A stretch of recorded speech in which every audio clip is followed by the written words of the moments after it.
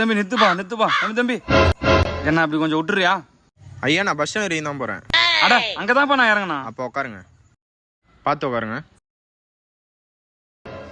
தம்பி இருப்பா, ஒரே ஃபோன் பண்ணிக்கிறேன். ஹலோ, நான் லிப்ட் கேட்டு ஒருத்தர் கூட எதிர்க்க வந்துருக்கிறேன். நீ சைடிஸ் வாங்கி எதிர்க்க வந்துரு, அப்படியே 2 பேரும் ஒயின் ஷாப் போயிடலாம். நல்ல தம்பி தான் அவரு. நான் ஐயா காலையில உங்க ஃப்ரெண்டு கூட சரக்கா? பா ஃப்ரெண்டுலாம் இல்ல, நமக்கு எல்லாமே பையன்தான்.